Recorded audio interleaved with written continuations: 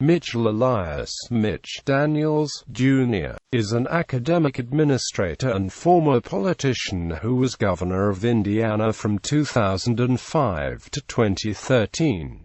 He is a member of the Republican Party. Since 2013, Daniels has been president of Purdue University. Born in Monongahela, Pennsylvania, Daniels is a graduate of Princeton University, and received his Juris Doctor from Georgetown University Law Center after studying briefly at the Indiana University Robert H. McKinney School of Law. Daniels began his career working as an assistant to Richard Lugar, working as his chief of staff in the Senate from 1977 to 1982, and was appointed executive director of the National Republican Senatorial Committee when Lugar was chairman from 1983 to 1984. He worked as a chief political advisor and as a liaison to President Ronald Reagan in 1985. Before he was appointed president of the conservative think tank, the Hudson Institute, Daniels moved back to Indiana, joining Eli Lilly and Company, working as president of North American Pharmaceutical Operations from 1993 to 1997, and senior vice president of corporate strategy and policy from 1997 to 2001. In January 2001, Daniels was appointed by President George W. Bush as the director of the U.S. Office of Management and Budget, where he served until June 2003. Daniels announced his intention to run in Indiana's 2004 gubernatorial election after leaving the Bush administration. He won the Republican primary with 67% of the vote and defeated Democratic incumbent Governor Joe Kernan in the general election. Daniels was re-elected to a second term, defeating former U.S. Representative and U.S. Department of Agriculture Undersecretary Jill Long Thompson on November 4, 2008. During his tenure as governor, Daniels cut the state government workforce by 18%, cut and capped state property taxes, unbalanced the state budget through budget austerity measures and increasing spending by less than the inflation rate. In his second term, Daniels saw protest by labor unions and Democrats in the state legislature over his policies regarding Indiana's school voucher program and the Indiana House of Representatives' attempt to pass right-to-work legislation, leading to the 2011 Indiana legislative walkouts. During the legislature's last session under Daniels, he signed the right-to-work law, with Indiana becoming the 23rd state in the nation to do so. It was widely speculated that Daniels would be a candidate in the 2012 presidential election, but he chose not to run. He is the author of the best-selling book, Keeping the Republic, Saving America by Trusting Americans. Daniels was selected to be president of Purdue University after his term as governor ended on January 14, 2013. Early life, family and education. Mitchell Elias Daniels, Jr. was born on April 7, 1949 in Monongahela, Pennsylvania, the son of Dorothy May and Mitchell Elias Daniels, Sr. His father's parents were immigrants from Syria, of Antiochian Greek Orthodox descent. Daniels has been honored by the Arab American Institute with 2011 Najib Halabi Award for Public Service. His mother's ancestry was mostly English. Daniels spent his early childhood years in Pennsylvania, Tennessee, and Georgia. The Daniels family moved to Indiana from Pennsylvania in 1959 when his father accepted a job at the Indianapolis headquarters of the pharmaceutical company Pittman Moore. Then 11-year-old Daniels was accustomed to the mountains, and he at first disliked the flat land of central Indiana. He was still in grade school at the time of the move and first attended Delaware Trail Elementary, West Lane Junior High School, and North Central High School. In high school he was student body president. After graduation in 1967, Daniels was named one of Indiana's presidential scholars, the state's top male high school graduate that year, by President Lyndon B. Johnson. In 1971, Daniels earned a bachelor's degree from the Woodrow Wilson School of Public and International Affairs at Princeton University. While there, he was a member of the American Whig Theosophic Society, where he overlapped with future Supreme Court Justice Samuel Alito, who was a year below. He initially studied law at the Indiana McKinney School of Law in Indianapolis.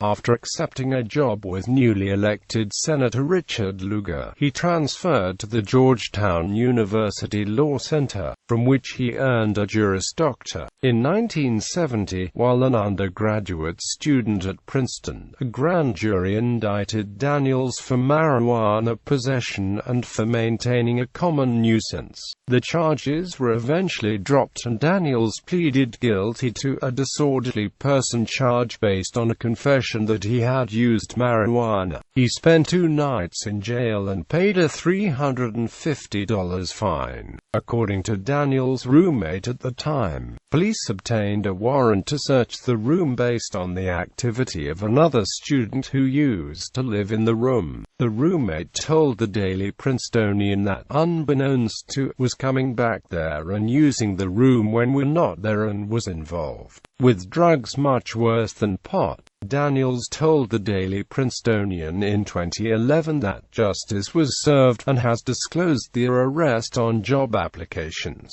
and spoken about the incident in columns in the Indianapolis Star and the Washington Post. In February 2013, Princeton honored Daniels with the Woodrow Wilson Award, which recognizes an alumnus whose career embodies the call to duty in Wilson's famous speech, "Princeton in the Nation's Service." The award was presented during Alumni Day activities on February 23, 2013. Early political career. Daniels had his first experience in politics while still a teenager when, in 1968, he worked on the unsuccessful campaign of fellow Hoosier and Princeton alumnus William Ruckelshaws, who was running for the U.S. Senate against incumbent Democrat Birch Bayh. After the campaign, Ruckelshaws helped Daniels secure an internship in the office of then Indianapolis Mayor Richard Lugar. Daniels worked on Lugar's re-election campaign in 1971, and later, in 1974, he worked on Lugar's first campaign for Senate via L. Keith Bueland's Campaign Communicators, Inc., a political consultancy where Daniels served as vice president. Daniels joined Lugar's mayoral staff in December 1974. Within 3 years, he became Lugar's principal assistant. After Lugar was elected to the U.S. Senate in 1976, Daniels followed him to Washington, D.C. as his chief of staff. Daniels served as chief of staff during Lugar's first term, and, during this time, he met Sherry Herman, who was working for the National Park Service. The two married in 1978 and had 4 daughters. They divorced in 1993 and Sherry married again. Sherry later divorced her second husband and remarried Daniels in 1997. In 1983, when Lugar was elected chairman of the National Republican Senatorial Committee, Daniels was appointed its executive director. Serving in the position, he played a major role in keeping the GOP in control of the Senate. Daniels was also manager of 3 successful re-election campaigns for Lugar. In August 1985, Daniels became chief political advisor and liaison to President Ronald Reagan. In 1987, Daniels returned to Indiana as president and CEO of the Hudson Institute, a conservative think tank. In 1988, Dan Quayle was elected vice president of the United States, and governor of Indiana Robert E. Orr offered to appoint Daniels to Quayle's vacant Senate seat. Daniels declined the offer, saying it would force him to spend too much time away from his family. Eli Lilly. In 1990, Daniels left the Hudson Institute to accept a position at Eli Lilly and Company, the largest corporation headquartered in Indiana at the time. He was first promoted to president of North American operations and then to senior vice president for corporate strategy and policy. During his time at Lilly, Daniels managed a successful strategy to deflect attacks on Lilly's Prozac product by a public relations campaign against the drug being waged by the Church of Scientology. In one interview in 1992, Daniels said of the organization that it is no church, and that people on Prozac were less likely to become victims of the organization. The Church of Scientology responded by suing Daniels in a libel suit for $20 million. A judge dismissed the case. Eli Lilly experienced dramatic growth during Daniels' tenure at the company. Prozac sales made up 30 to 40% of Lilly's income during the mid to late 1990s, and Lilly doubled its assets to $12.8 billion and doubled its revenue to $10 billion during the same period. When Daniels later became governor of Indiana, he drew heavily on his former Lilly colleagues to serve as advisors and agency managers.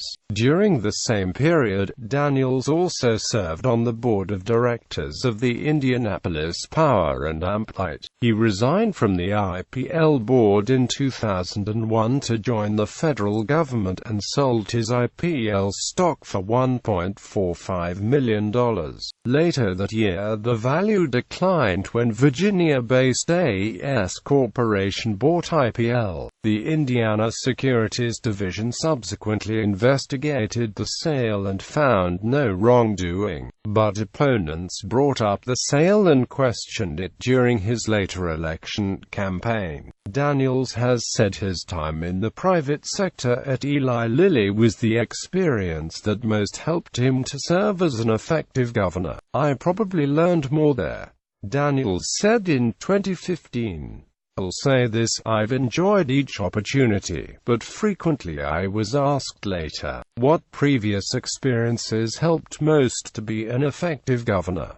That sort of thing. People would always expect me to name something from public life, but probably the experience in business, trying to manage for results, trying to get large numbers of people aligned and headed in a common direction. These were probably the most valuable days I spent." Office of Management and Budget.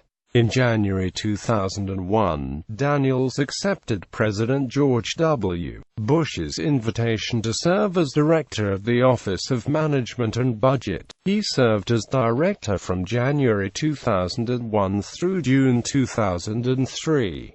In this role he was also a member of the National Security Council and the Homeland Security Council. During his time as the director of the OMB, Bush referred to him as the Blade for his noted acumen at budget cutting. The $2.13 trillion budget Daniels submitted to Congress in 2001 would have made deep cuts in many agencies to accommodate the tax cuts being made, but few of the spending cuts were actually approved by Congress. During Daniels' 29-month tenure in the position, the projected federal budget surplus of $236 billion declined to a $400 billion deficit, due to an economic downturn and failure to enact spending cuts to offset the tax reductions. Shortly after the invasion of Afghanistan, Daniels gave a speech to the National Press Club in which he challenged the view of those who wanted to continue typical spending while the nation was at war. The idea of reallocating assets from less important to more important things,